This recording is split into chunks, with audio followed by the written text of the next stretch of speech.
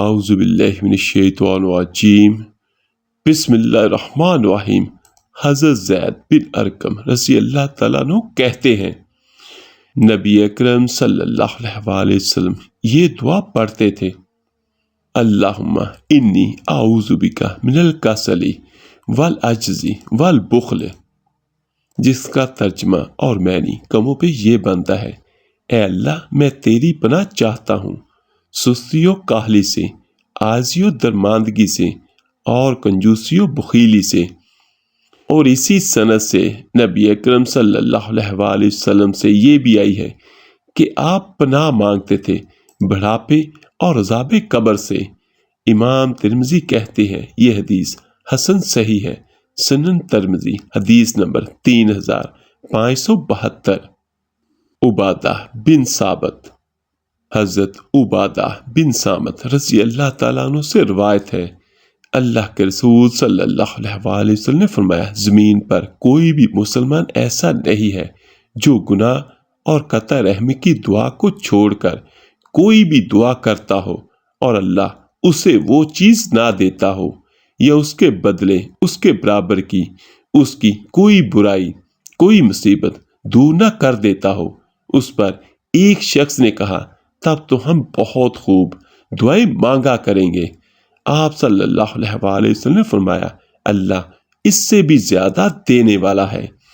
امام ترمذی کہتے ہیں یہ حدیث اس سند سے حسن صحیح غریب ہے، سنن ترمذی حدیث نمبر 3573۔ حضرت برا بن عازب رضی اللہ تعالیٰ عنہ سے روایت ہے، اللہ کے رسول صلی اللہ علیہ وسلم نے فرمایا جب تم اپنے بستر پر سونے کے لیے جاؤ تو جس طرح نماز کے لیے وضو کرتے ہو ویسا ہی وضو کر کے جاؤ، پھر داہنے کروٹ لیٹو، پھر یہ دعا پڑھو، بسم اللہ الرحمن الرحیم، اللہم اسلمت وجہی الیک فوضت امری الیک والجأت ظہری الیک رغبۃ ورغبۃ الیک لا ملجأ ولا منجا منک الا الیک آمنت بکتابک الذی انزلت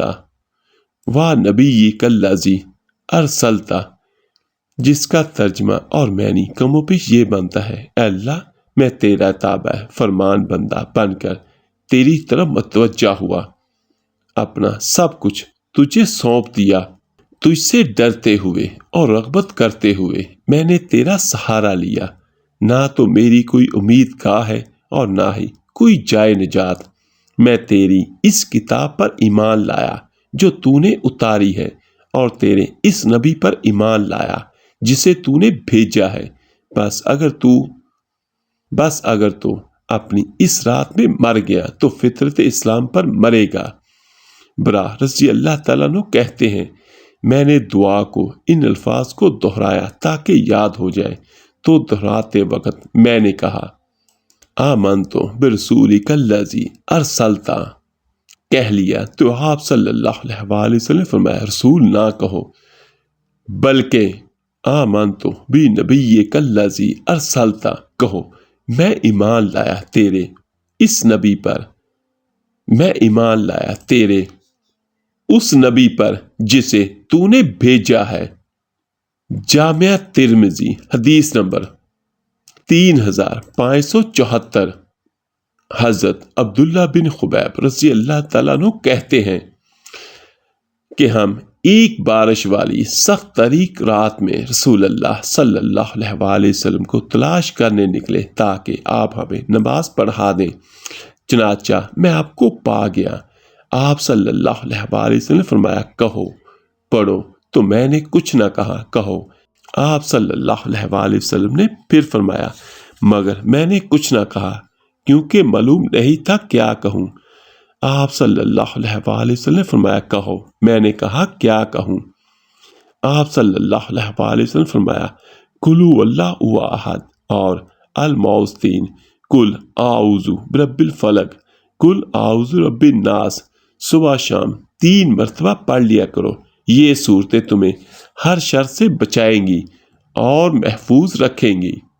یہ حدیث سنن ترمذی میں موجود ہے، حدیث نمبر 3575۔ تو میرے عزیز بھائیو بہنوں اور بچوں، اس کا ایک بہت زبردست میں آپ کو عمل بھی بیان کرتا ہوں۔